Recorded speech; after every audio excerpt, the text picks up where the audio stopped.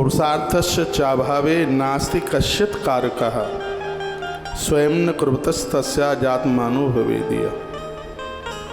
इस श्लोक का अर्थ है कि आप पुरुषार्थी हो सकते हैं, हम और आप पुरुषार्थी हो सकते हैं, हम भगवान नहीं हो सकते। कार्य करने का हमारे पास में कर्तापन का अभिमान ना आवे। जब यह होता है कि यह हमने किया है और हमारे द्वारा हुआ है तो व्यक्ति को पतित होने में बिल्कुल देर नहीं लगती, उसको नीचे गिरने में बिल्कुल देर नहीं लगती। राजा बलि की कथा कुछ इसी प्रकार से। एक बार राजा बलि को अपने कर्तापन का बहुत बड़ा घमंड हो गया, और ऐसी अद्भुत कथा है जो आपने भागवत के माध्यम से कभी सुनी नहीं, भागवत में है ही नहीं तो सुनोगे कहाँ से। राजा बलि के उसी चरित्र को हम सुनने के लिए जा रहे हैं कि जो लोग कर्तापन का अभिमान रखते हैं, मैंने किया है, मेरे द्वारा हो रहा है, वो व्यक्ति कैसे पतित हो जाता है, कैसे लक्ष्मीहीन हो जाता है, कैसे श्रीहीन हो जाता है, कैसे संपदा उसका संग छोड़ के चली जाती है। आज की कथा कागज कलम लेकर के सुनने के लायक है। यह तो हर ही दिन की कथा है, हर दिन एक नई बात होती है, नई ऊर्जा होती है, नई उमंग होती है। तो इसको आप सुन लीजिएगा। यदि पुरुष ही करता होता तो वह अपने कल्याण के लिए सब कुछ कर लेता, विमान भी मंगा लेता, चाहे जैसे ऊपर के लोकों में चला जाता। यदि वो खुद ही सब कुछ हो जाता तो उसे ईश्वर का सहारा लेने की बिल्कुल ज़रूरत नहीं पड़ती। हम और आप सब माध्यम हैं, एक नौकरी कर रहे हैं उस ईश्वर की, मालिक तो वही है और उसी को ही मालिक समझ लेना चाहिए। इसी में आनंद है। तो अश्वत्थामा बलिर्व्यासो हनुमांश विभीषण कृपा परशुरामशः सप्तहिता चिरजीवन। इन सातों की कथा हमें आयु देने वाली है, हमें आरोग्य देने वाली है। तो उनकी कथा को हम श्रवण करने के लिए जा रहे हैं। कहा गया है, बात उस समय की थी कि यथा बुद्ध्या महीपालो भ्रष्ट विचरुन्मसी कालदंड निष्पष्ट तन्मे ब्रूहि पितामह। धर्मराज दुष्टन ने पितामह भीष्म को कुछ बातें कही थी जब उनका सब कुछ चला गया था। तो भीष्म ने कहा था, इस कथा को सुनकर के तुम्हें शांति मिलेगी, और वो कथा हम तुम्हें सुनाई देते हैं। तो पितामह ने उस समय बड़ी अलौकिक कथा सुनाई, बड़ी दिव्य कथा सुनाई, और आप पहली बार सुन रहे हैं इस कथा को। वो कहते हैं, बासवाच संवादम बलिर बेचो नेहा चाह। एक बार राजा बलि और एक बार विरोचन पुत्र बलि और देवराज इंद्र का एक संवाद हुआ था। हे भरत श्रेष्ठ युधिष्ठिर, और वह कथा मैं तुम्हें सुनाने के लिए जा रहा हूं, और इसको तुम सुन ली। क्या संवाद था विरोचन पुत्र बलि में? ये उस बलि की बात की जा रही है। पहले तो मैं इसके बारे में मैं आपको निवेदन कर दूं। राजा बलि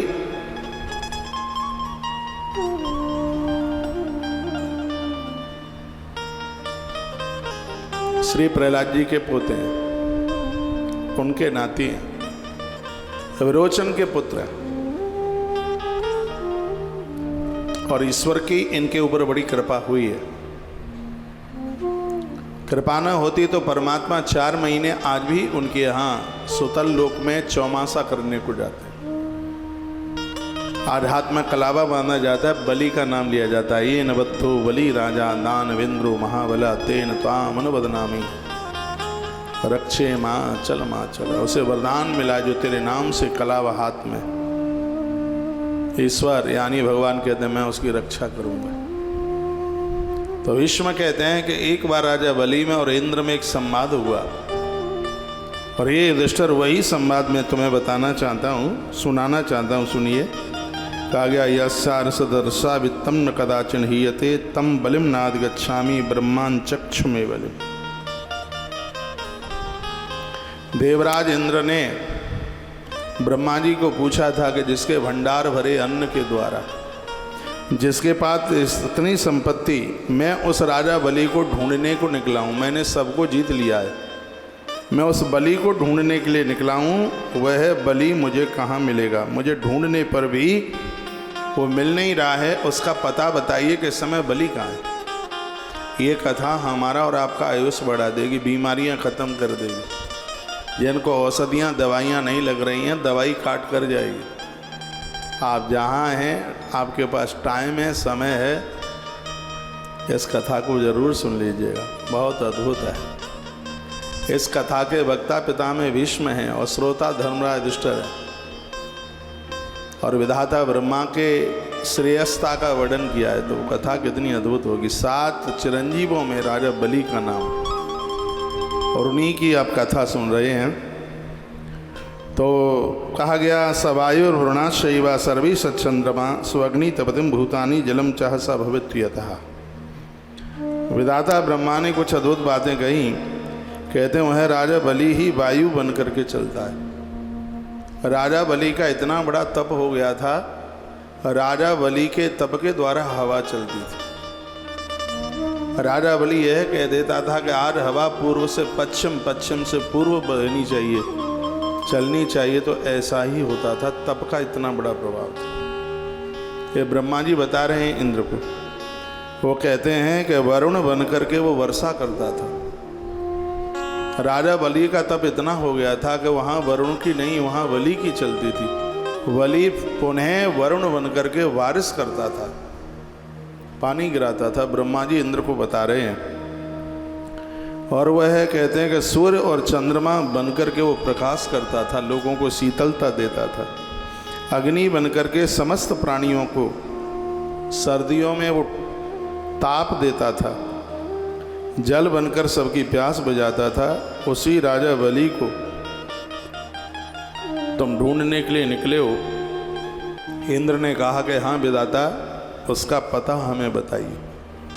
तो कहाँ है? तो कहा स एव यस्तमते स्म विद्धतो दिशः स वर्चत स्म वर्षाणि यथा काल मितिन्द्रता तम बलिम नाद गच्छामि ब्रह्मणा कृच्छ में बलिम। वही यथा समय आलस्य छोड़कर संपूर्ण दिशाओं में प्रकाशित होने वाला बलि, वह अस्त होता है, प्रकट होता है, वर्षा कराता है।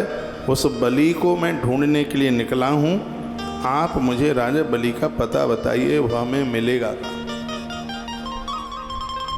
देवराज इंद्र विधाता ब्रह्मा को पूछने लगे। तो ब्रह्मा कहने लगे कि ने तत्ते साधु मगवन यदेन मनुप्रक्षसी तुष्टस्तुनानृतं ब्रूयात् तस्माद् वक्ष्यामि ते बलिम।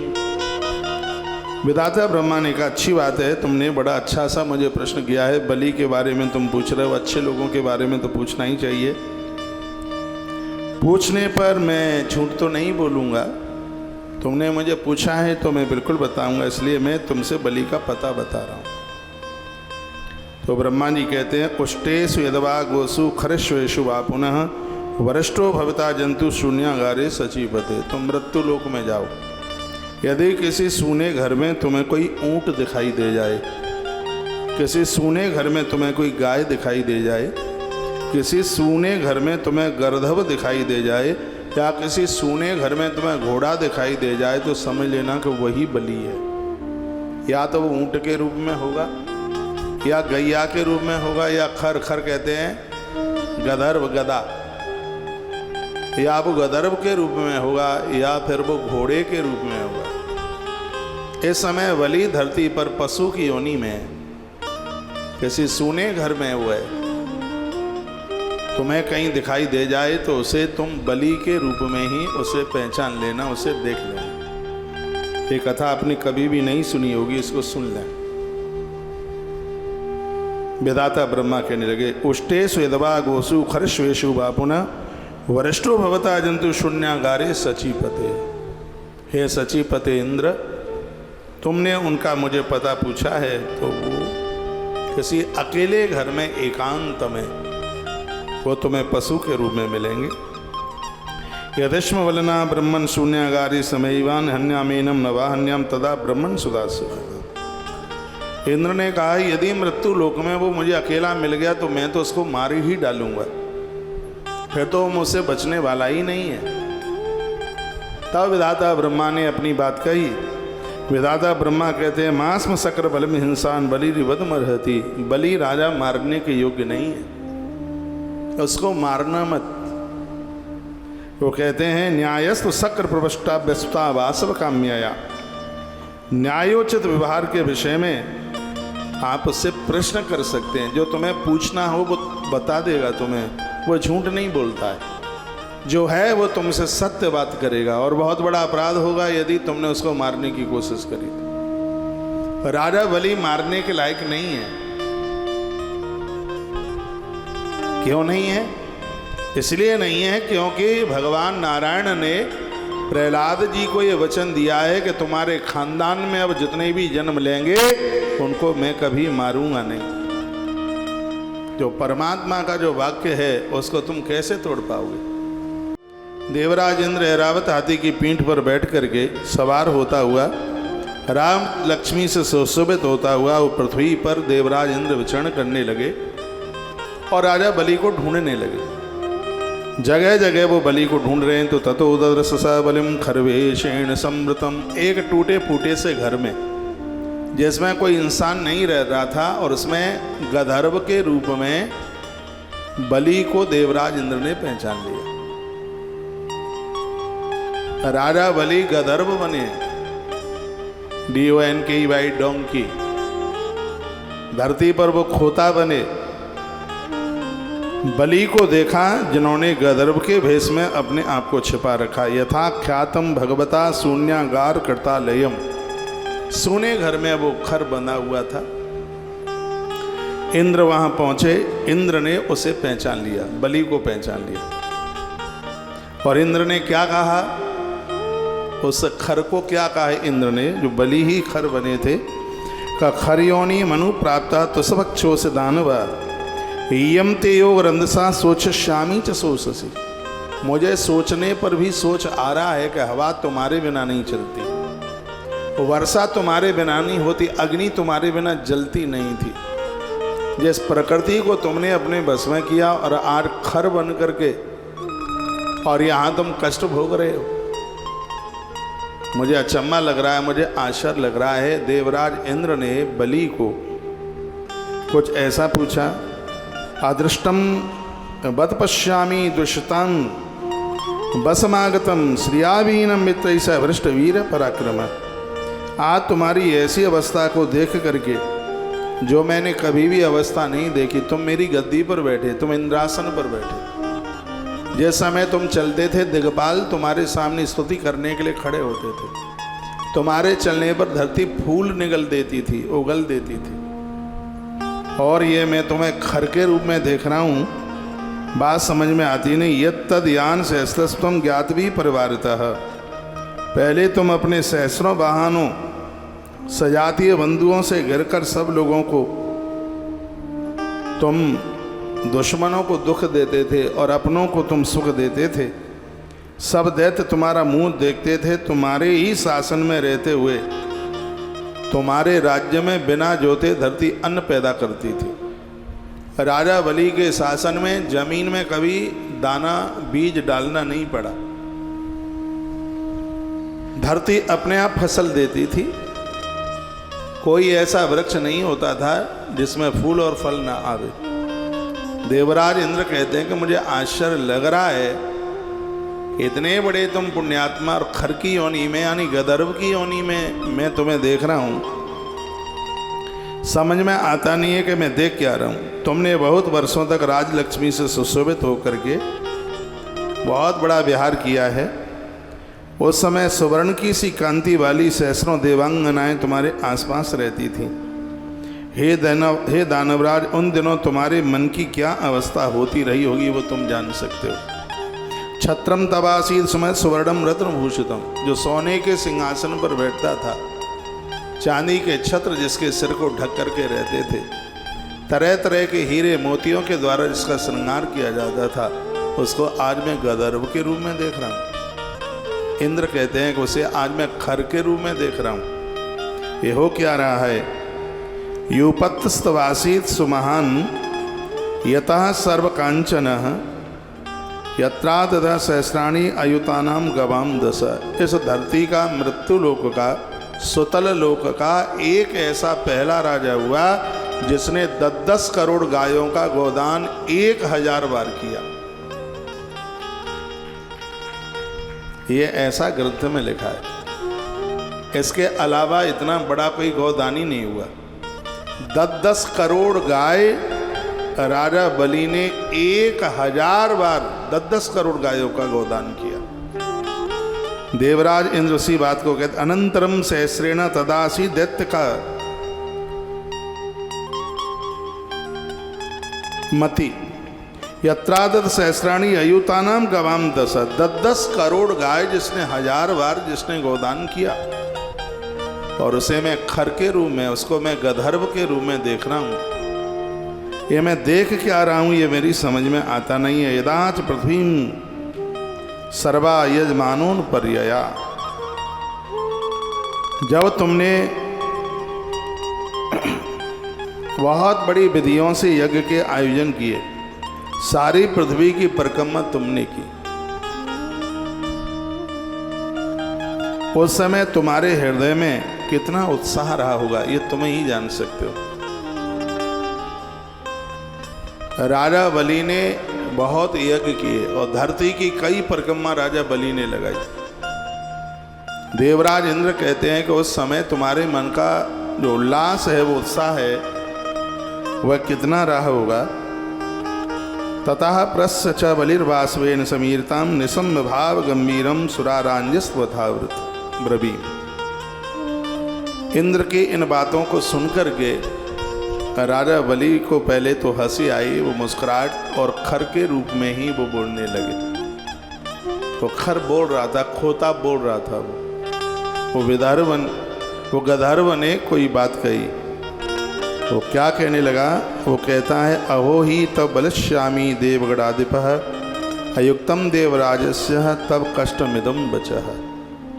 बलि ने कहा हे देवेश्वर, यहाँ तुमने जो मूर्खता दिखाई है मेरे पास आकर, वह मेरे लिए आश्चर्यजनक है। तुम देवताओं के राजा होते हुए भी और मूर्खों जैसी बात कर रहे हो। न तम पश्यसि भृंगारम न क्षत्रम व्यजनेन चह ब्रह्मदत्ता चमे मालाम नित्यम द्रक्षम विवासवा। वो कहते हैं इंद्र, इस समय तुम मेरी सोने की झारी नहीं देख रहे, तुम मेरा सोने का छत्र और चवर नहीं देख रहे। ब्रह्मा जी के द्वारा दी गई मालाएं भी तुम्हें मेरे पास दिखाई नहीं दे रही। कहा न तदनुतम में सशोभा कुलस्य च समृद्धार्थ समृद्धार्थम यन्मा कथमिच्छसि। इस समय तुम समृद्धशाली हो और मेरी समृद्धि मुझसे छिन गई है। ऐसी अवस्था जो तुम मेरी देख रहे हो, तुम्हारे कुल और ये यश के अनुरूप नहीं है। यदि किसी को गरीबी आ गई हो, यदि किसी का धन नष्ट हो गया हो, उसका समय गलत आ गया हो, तो हे इंद्र उसको देख देख करके उसे खिजाना नहीं चाहिए, उसी हंसी मजाक नहीं करनी चाहिए। आज धन है तुम्हारे पास, वही वह है, और मेरे पास कुछ है नहीं, मैं सब लुट गया हूँ, और तुम मेरे साथ व्यंगना कर रहे हो, तुम मेरे साथ हंसी कर रहे हो। हे इंद्र, ये ठीक नहीं है। न ही दुखेश सोचनते न प्रेषंत दरिद्र। मैं खर बन गया हूँ, मैं गंधर्व बन गया हूँ, मुझे इस बात का भी कोई दुख नहीं है, क्योंकि मैं समझता हूँ कि समय के अनुसार सब कुछ होता है, काल के अनुसार सब कुछ होता है। कृत प्रज्ञा ज्ञान तृप्ता शांता संतो मनीषिणा। जिसकी बुद्धि शुद्ध है तथा जो ज्ञान से तृप्त है, वे क्षमाशील मनीषी सदपुरुष दुख पड़ने पर भी वो विचलित नहीं होते, और समृद्धि आने पर वो भूलते नहीं। पैसा आ जाए तो भी उनको कोई फर्क नहीं पड़ता, गरीबी आ जावे तो भी उन्हें कोई फर्क नहीं पड़ता। मैं तुम्हारी गद्दी पर था तब भी मुझे कोई ऐसी बात नहीं थी, यार खर बन गया हूँ तो मुझे ऐसी कोई चिंता की बात नहीं है। तुम तो प्राकृतया बुद्धिया पुरंदर विकत्सते। उन्होंने कहा हे पुरंदर, तुम अपनी अशुद्ध बुद्धि के कारण मेरे सामने अपनी प्रशंसा कर रहे हो। तुम जब मेरी जैसी स्थिति तुम्हारी भी हो जाएगी तब ऐसी बात तुम बिल्कुल भी नहीं बोल पाओगे। हे इंद्र, जिसके पास में वैभव है वो गरीबों को देख करके हंसी मजाक न उड़ाए, क्योंकि परमात्मा की सृष्टि है, उसको गरीब को धनवान बनाने में और धनवान को गरीब बनाने में देर नहीं लगती। ऐसा इंद्र ने कहा, ऐसा राजा बलि ने ऐसा इंद्र से कहा। भीष्म कहते हैं पुनरेव तो तुम सक्रा प्रसन्नादमब्रवीत निसंतम यथा नागम प्रव्याहाराय भारत। भीष्म ने कहा भारत, ऐसा कहकर सर्प के समान फुफकारते हुए बलि से इंद्र ने पुनः अपना उत्कर्ष सूचित करने के लिए हंसते हुए कहा। इंद्र कहने लगे, यत्तद यान सहस्रेणा ज्ञात भी परिवारता। मैंने सुना कि तुमने हजारों यज्ञ करे। पहले जो तुम सहस्रों यज्ञ हजारों वाहनों के द्वारा भाई बंधुओं से गिरकर संपूर्ण लोगों का संताप दूर करते थे, तुम देवताओं को कुछ समझते नहीं थे। यात्रा करते समय तुम्हारे साथ बहुत बड़ा झुंड होता था। लोग तुम्हारे साथ में ध्वजाएं ले लेकर के चलते थे। इससे तुम्हारे मन में अब तो दुख हो रहा होगा ना, वो चीज़ें अब तुम्हारे पास नहीं है, वो सम्मान तुम्हारे पास नहीं है, वो आदर तुम्हारे पास नहीं है, तो अब तो तुम्हें भारी पीड़ा हो रही होगी। तो बलि ने क्या कहा, अनित्यम उपलक्षेमा काल पर्याय धर्मत। बलि तो बहुत होशियार था, बहुत पढ़ा लिखा था बलि। बलि ने कहा, इंद्र काल चक्र के स्वभाव से ही परिवर्तनशील है सब कुछ, उसके द्वारा यहाँ की प्रत्येक वस्तु को मैं अनित्य समझता हूँ, इसलिए कभी शोक नहीं करता हूँ, क्योंकि यह सारा जगत विनाशशील है। रात के बाद दिन, दिन के बाद रात होती ही है, गर्मी के बाद सर्दी, सर्दी के बाद गर्मी होती है, तो इसमें सोचना ही क्या है।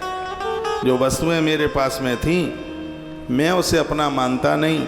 जीवितम च शरीरम च जाते हुए जायते। जीवन और शरीर दोनों जन्म के साथ ही उत्पन्न होते हैं, साथ ही बढ़ते हैं और साथ ही नष्ट हो जाते हैं। न ये दृश्यपि भवमेवशम प्राप्त केवलम। मैं इस गर्दभ शरीर को पाकर भी विवश नहीं हुआ हूँ। मैंने ये नहीं सोचा कि मैं खर कैसे बन गया। जब मैं इस प्रकार देह की अनित्यता और आत्मा की असंगता को जानता हूँ, तब यह जानते हुए मुझे क्या कोई कष्ट होगा, क्या मुझे कोई व्यथा होगी। भूतानाम निधनम निष्ठा श्रोता सामम सागरहा। बलि ने कहा, वज्रधारी है इंद्र, जैसे जल के प्रभाव को अंतिम आश्रय समुद्र ही है। व्यक्ति कौन से भी शरीर में जीवन जी रहा हो, उसका अंतिम लक्ष्य परमात्मा के चरण ही है, इसके अलावा और कुछ नहीं।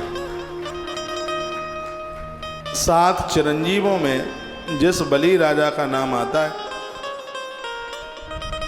उनकी कथा भीष्म ने सुनाई।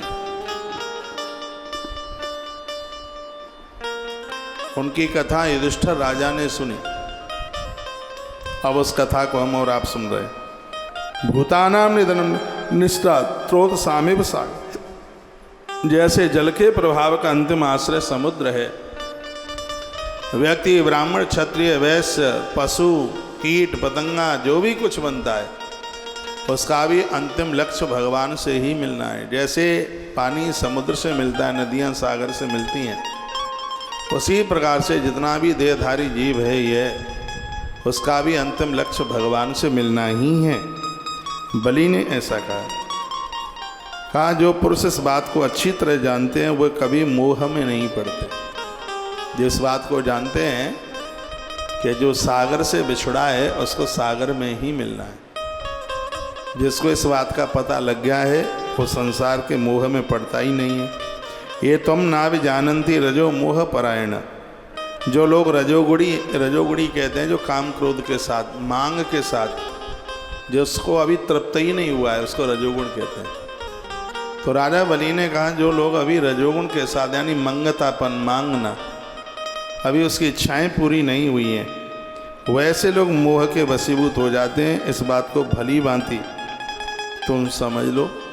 जो मोह के वशीभूत हो गए, ये भी मेरा है, ये भी मेरा है, उनकी बुद्धि नष्ट हो जाती है। बलि राजा ने कहा उनकी बुद्धि नष्ट हो जाती है, वे संकट में पड़ने पर बहुत दुखी होते हैं। जो पैसा से बहुत प्यार करते हैं, उनके पास पैसा ना रहे तो उनके लिए जिंदा जीना मुश्किल हो जाता है। बलि के शब्द है। जो कुटुंब खानदान से बहुत स्नेह प्रेम करते हैं, उनके पास वो परिवार न रहे तो उनका जीना बड़ा मुश्किल हो जाता है। बुद्धि लाभात पुरुषम सर्वम तुदत किलवसम। बलि राजा ने कहा, जिससे सद्बुद्धि प्राप्त होती है, वह पुरुष उस बुद्धि के द्वारा सारे पापों को नष्ट कर लेता है। जिसके संपूर्ण पाप नष्ट हो गए हैं, उसे संसार में कहीं भी मोह नहीं होता, क्योंकि मोह तो संपूर्ण व्याधियों की जड़ है, बीमारियों की जड़ है मोह। धृतराष्ट्र के जीवन में पाप ही तो थे, तब वो मोह की डोर में ऐसा बंध गया था कि दुर्योधन से उसका दूर जाना बड़ा मुश्किल हो रहा था। और कुंती माता मोह से मुक्त हो चुकी थी, इसलिए तो 13 साल तक अपने बच्चों के बिना नहीं रही। आप नहीं ऐसे रह पाएंगे। 13 साल, 12 साल का वनवास, 1 वर्ष का अज्ञातवास। ये देवी ने 13 साल अपने बच्चों को देखा नहीं, और धृतराष्ट्र अपने बच्चे के बिना रह नहीं पा रहा था। अंतर यही तो था, एक मोह में डूबा था और एक मोह से बिल्कुल, मोह के गर्त से बिल्कुल बाहर थी। दोनों का यही तो अंतर है। माता कुंती का नाम इतनी पवित्रता से लिया जाता है, कोई धृतराष्ट्र का नाम तो लेने को तैयार होता ही नहीं। ये बात मुझे बहुत अच्छी लगी है। इसमें कहा है कि जब व्यक्ति का सतोगुण बढ़ता है तो उसके पाप नष्ट हो जाते हैं, और जिसके पाप नष्ट हो गए हैं उनकी बुद्धि मोह के चक्कर से मुक्त हो जाती है। बड़ी अद्भुत बात कही है। जिसे सद्बुद्धि प्राप्त हो जाती है वह पुरुष उस बुद्धि के द्वारा सारे पापों को नष्ट कर देता है। बुद्धि सद्बुद्धि में बदलेगी तो पाठ करेगा, पूजा पाठ करेगा, तीर्थ यात्रा जाएगा, लोगों का आदर करेगा, देव मंदिर जाएगा, देवताओं का ध्यान करेगा, लोगों की सेवा शुश्रूषा करेगा, किसी के अंदर द्वेष नहीं देखेगा, बैर नहीं करेगा किसी से। ये बुद्धि के सात्विक होने के ही तो ये लक्षण हैं। आप किसी से लड़ते नहीं हैं। ये बलि राजा ने बहुत अच्छी बात कही है। वो कहते हैं जिनकी बुद्धि सात्विक हो गई है, ऐसे लोग अपनी सात्विक बुद्धि से अपने संपूर्ण पापों को जला के राख कर देते हैं। ये उनका एक बड़ा प्रमुख बड़ी प्रमुख उन्होंने बात कही है। वो कहते हैं बुद्धि लाभा तो पुरुषम सर्वतुदति किल रसम। वो कहते हैं कि बुद्धि का सबसे बड़ा लाभ यही है, जब वो सात्विक हो जाती है तो संपूर्ण पापों की राशि को जला करके समाप्त कर देती है। सत्संग के द्वारा बुद्धि सात्विक होती है, गुरुजनों के संग रहने से बुद्धि सात्विक होती है, अच्छा पढ़ने से बुद्धि सात्विक होती है, और अच्छा भोजन करने से भी बुद्धि सात्विक होती है। ऐसा राजा बलि ने कहा। देवराज इंद्र टकटकी लगा करके सुन रहे हैं, बलि बता रहे हैं। वो कहते हैं सत्गुण में स्थित होकर वह सात्विक बुद्धि प्रसन्नता को पैदा कर देती है। बुद्धि सात्विक होगी, आपकी खुशी को कोई छीन नहीं सकता। तो फिर क्यों नहीं ऐसा भोजन करते हैं जिसका भोग भगवान को लगता है, वही लो ना। चाय से भगवान की जीभ जलाने में लगे हो, भगवान को चाय पीने की आदत है नहीं, और तुम उसके सामने रखे बिना मानते नहीं। कृष्ण राज्य में माखन मिश्री, राम राज्य में घी, और आज के राज्य में तातो पानी भैया फूंक फूंक के पी। लोग मम्मी पापा के बिना रह लेंगे, गुरुदेव भगवान के बिना रह लेंगे, लेकिन चाय के बिना नहीं रह सकते। आश्रम में नहीं मिलेगी तो अगल बगल दुकानों पर टटोलेंगे। चाहिए अपनी बुद्धि को भोग वृत्ति मत बनाइए, इसको सात्विक बनाइए। बुद्धि सात्विक तभी होगी जब उसको आहार सात्विक मिलेगा। उसको देखिए, आप सुन नहीं रहे हैं, उसको विचार सात्विक मिलेगा। चिंतन कीजिए, अच्छी किताबें पढ़िए, अच्छे ग्रंथ पढ़िए। जीवन को बदलने में देर कितनी लगती है। इस ग्रंथ में लिखा है ब्राह्मण के घर में जन्म लेने वाले चांडाल बन जाते हैं संस्कार नहीं मिलेंगे तो, और दैत्यों के घर में जन्म लेने वाले देवता बन जाते हैं यदि उनको संस्कार मिल जाएंगे उन्हें तो, सत्संग मिल जाएगा तो। आत्मदेव के घर में चांडाल पैदा हो गया धुंधुकारी, और हिरण्यकश्यप के घर में देवता प्रकट हो गया श्री प्रहलाद जी महाराज।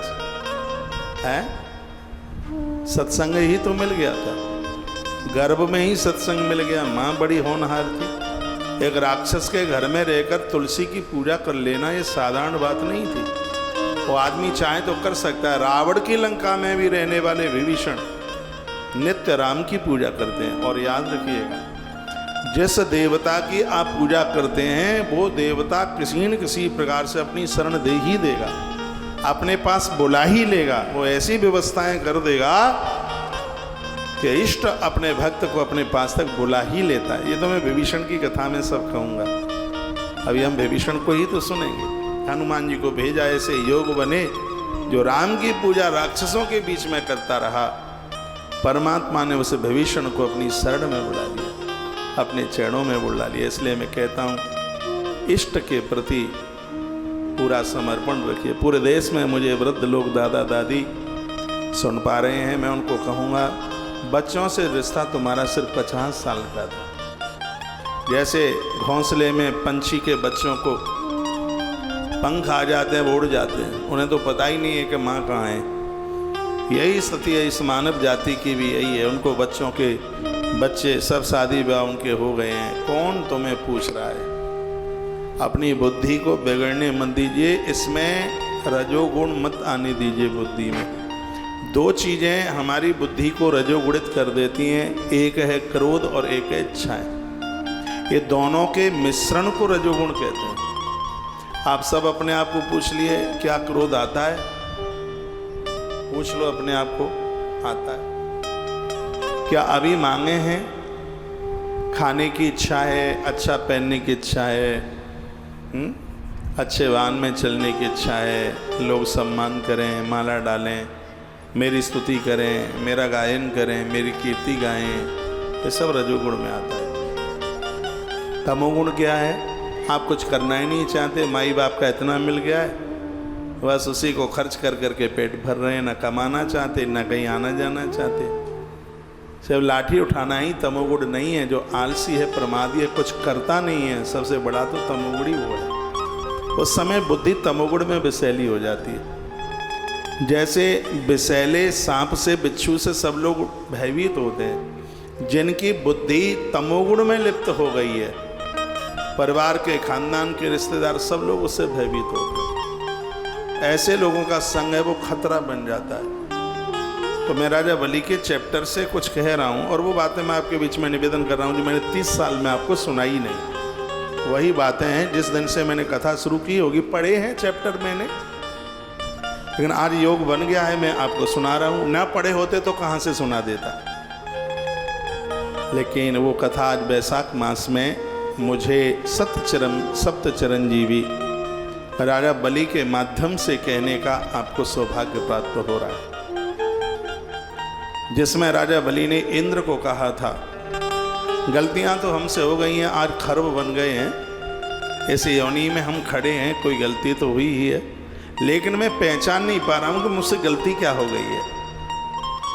ये बलि ने कहा था इंद्र को, गलती तो मुझसे हुई है, इसलिए तो इस योनि में हूं, लेकिन मैं दुख नहीं उठा रहा हूं।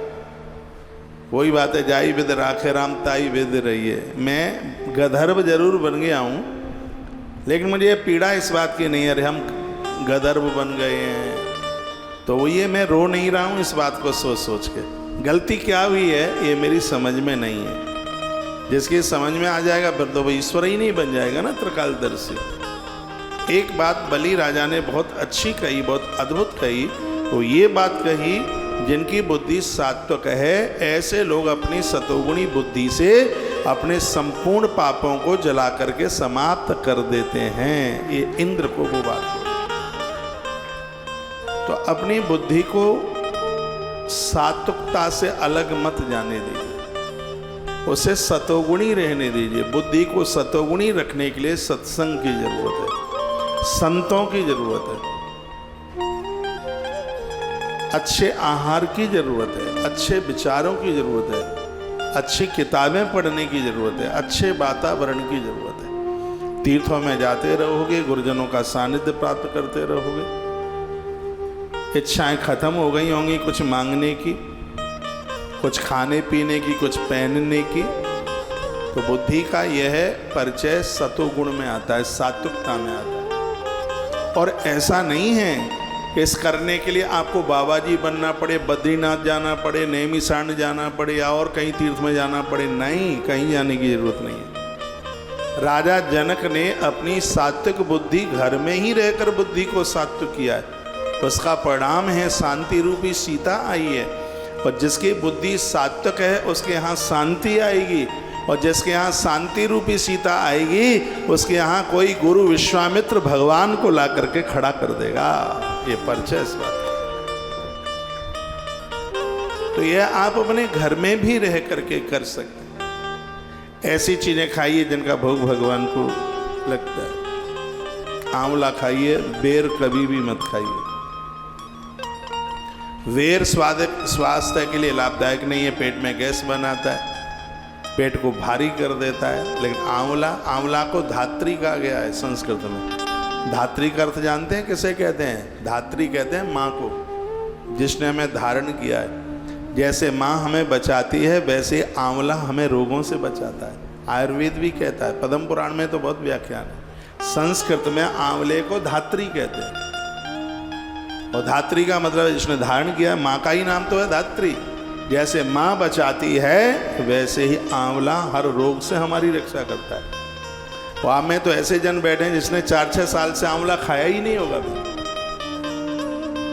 जो आंवला स्वास्थ्य के लिए वरदान है, बुद्धि को परिपक्व बनाता है, बुद्धि को सात्विक बनाता है। तुलसी पत्र रोज लीजिए, बुद्धि सात्विक रहेगी।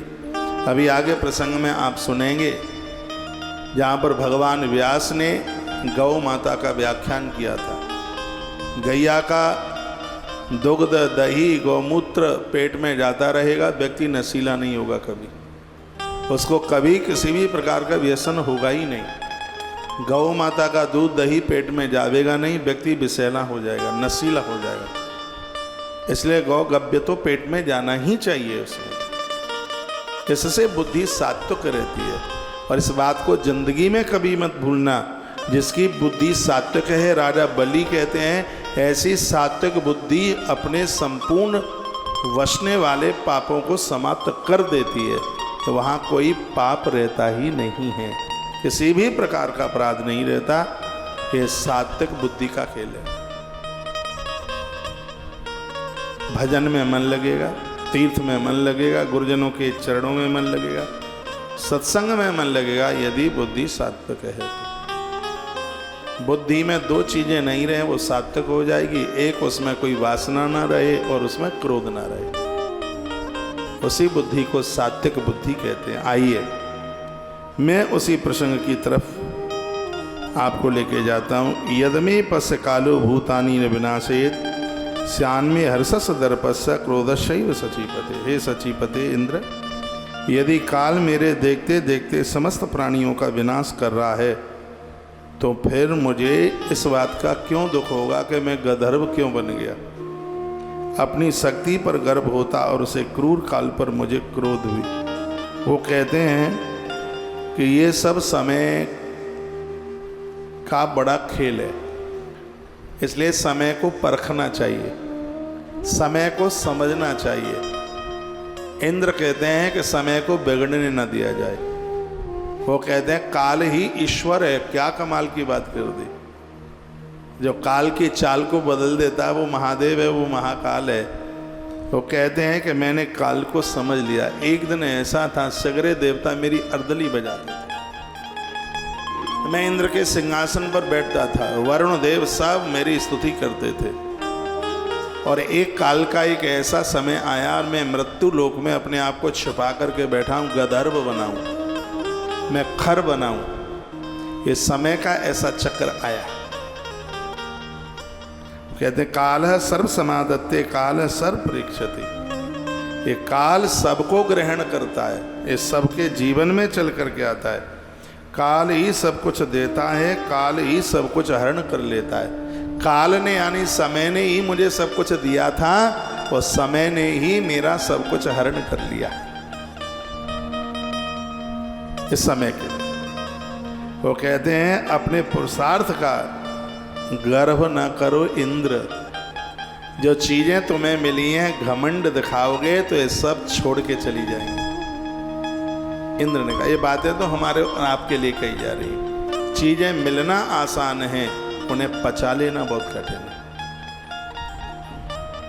वो उसको हजम कर लेना बहुत मुश्किल है। पुरा सर्वम विवक्षितम मयि हृदय पुरंदरः अभिप्स्वते लोकस्य धर्म शक्र सनातन। हे पुरंदर, पूर्व काल में मेरे कुपित होने पर सारा जगत व्यथित हो उठता था। मैं थोड़ा सा क्रोध करता था, ऐसा लगता था कि दुनिया में आग लग गई है, लोकों में आग लग गई है। मेरा दबदबा था, वो मेरा समय था। वो इंद्र कहता है कि बलि कहता है कि बनने और बिगड़ने के लिए प्रकृति हर व्यक्ति को मौका देती है। ऐसा कोई भी व्यक्ति नहीं है जिसको बनने के लिए इस प्रकृति ने अवसर न दिया हो। लेकिन बुद्धि जिनकी सात्विक थी, वो विचारवान लोग थे, उन्होंने उस समय की कदर की, समय को पहचाना और वो बहुत कुछ बन गए। लेकिन जो रजोगुण में जीते रहे, तामसी प्रवृत्ति उनकी थी। समय आया, समय को नहीं पहचान पाए, समय हाथ से चला गया उनके पास। ये इंद्र ने बात कही थी।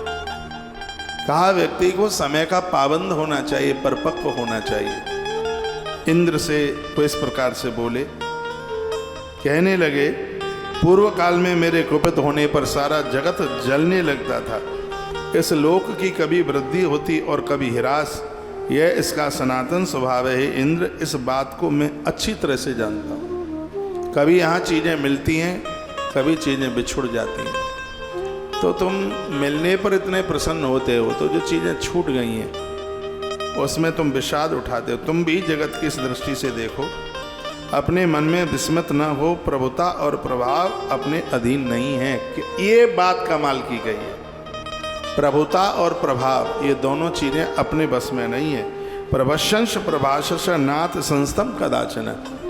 एक प्रभुत्व और एक प्रभाव, ये दोनों तुम स्वामी बनकर और संपदा के साथ लंबे समय कर टिके रहोगे तो ये अपने बस में बिल्कुल भी नहीं है।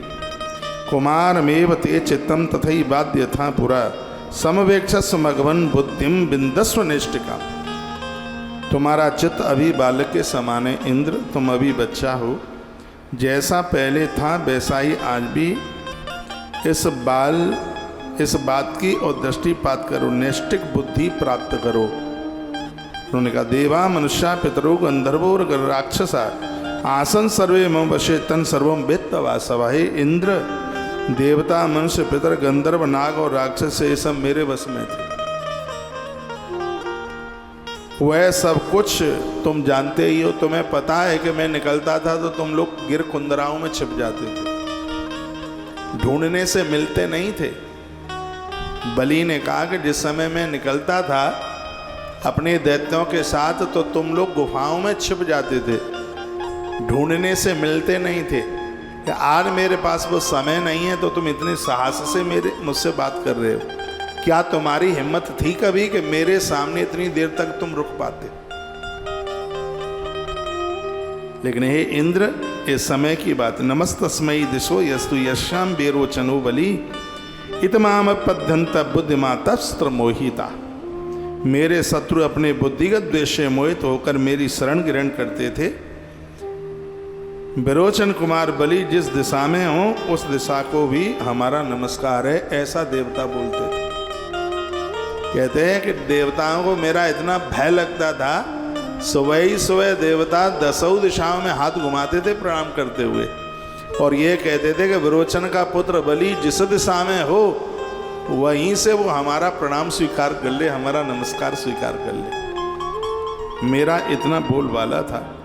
ना हम तदन सोचामी नाथ भ्रसम सचीपते एवं में निष्ठा बुद्धि सातुष्टाम्यम बसे। हे इंद्र, मुझे अपने से पतन के लिए तनिक भी शोक नहीं है। इसलिए नहीं है क्योंकि मुझसे कोई गलती हुई है, उसका एहसास कर रहा हूँ, और मैंने यदि कोई गलती की है तो उसका दंड मुझे मिलना ही चाहिए। धर्म यही कहता है। यदि मैंने कोई त्रुटि गलती की और मैं गंधर्व बनाऊं आगे, ये किसी को पता ही नहीं होगा कि इंद्र को खर बनना पड़ा, वो उसको बलि को खर बनना पड़ा है। गंधर्व बने जिसके दरवाजे पर परमात्मा ने ड्यूटी करी, और उस बलि राजा को गंधर्व बनना पड़ा, खर बनना पड़ा। और यह भी ईश्वर की कोई कृपा थी कि वो पशु बन करके भी वो एक महात्माओं की भाषा बोल रहा है, एक संतों की, सज्जनों की भाषा वो बोल रहा है।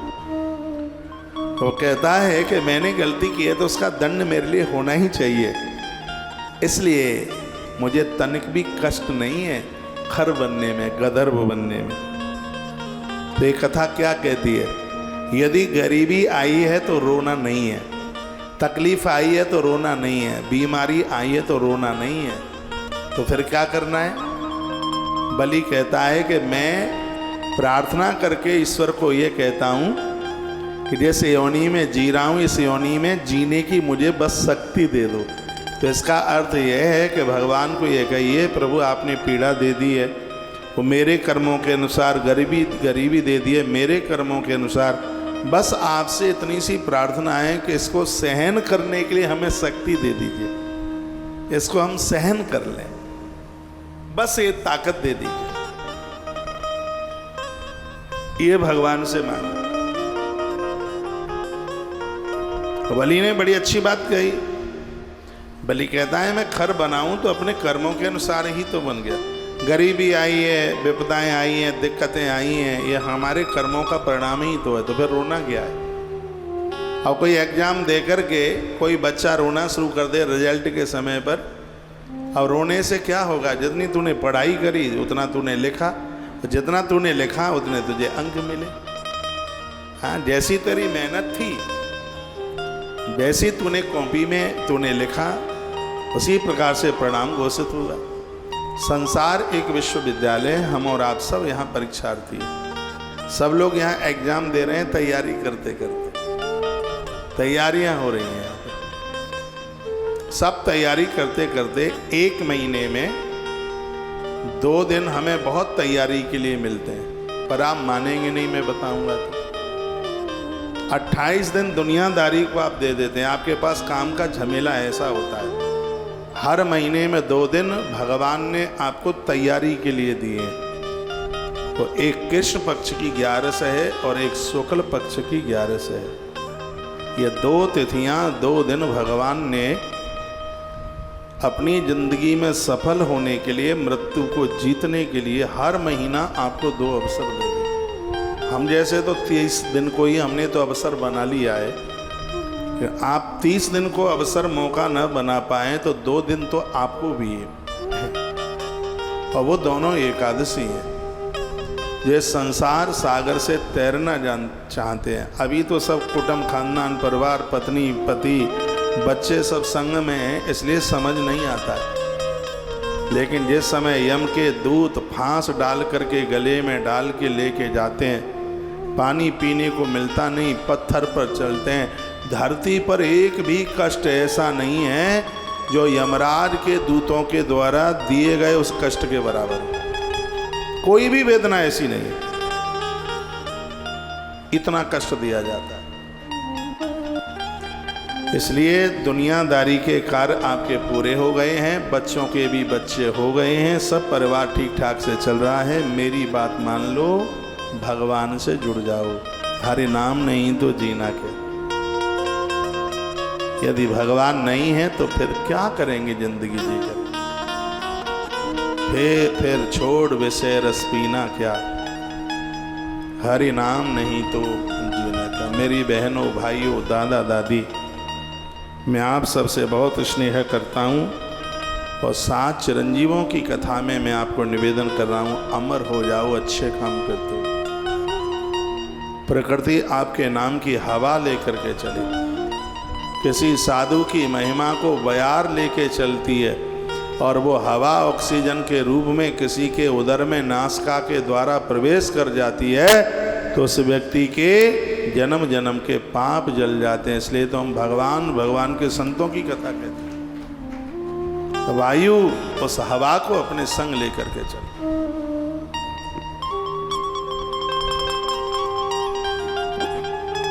अच्छे कामों में लग जाओ, बढ़िया कामों में लग जाओ, गैर कानूनी काम मत करो। बिल्कुल तैयारी करो। हर महीना 2 दिन मिल रहा है। हरि का भजन करो, अच्छी किताबें पढ़ो, दान पुण्य करो, स्मरण करो। 28 दिन भगवान को भूले हुए बैठे रहते हो, 2 दिन उसको हृदय से मानो। समझो, उनके चरणों में बैठ करके रोना शुरू कर दो। तुम्हारे आंसुओं की तकलीफ, तुम्हारे आंसुओं की कदर वही समझे। आइए 2 पंक्ति गुनगुनाऊं। हरि नाम नहीं तो जीना क्या, आनंद हो जाएगा। इसको सिर्फ गाने के हिसाब से नहीं, इन पंक्तियों को जीने के हिसाब से गाना, इनको हृदय में बिठाना। जिसने भी ये पंक्तियाँ लिखी हैं वो बहुत सोच करके, बहुत विचार करके लिखी हैं। इसको हृदय में उतारने की आवश्यकता है। कथा में उतर जाओ बिल्कुल। कथा इसलिए नहीं है कि टाइम पास हो गया है, कथा में अपना परिवर्तन कीजिए। लोग तो कथा में ऐसे बदल गए जिसके द्वारा हत्याएं हुई थी वो महात्मा बन गए।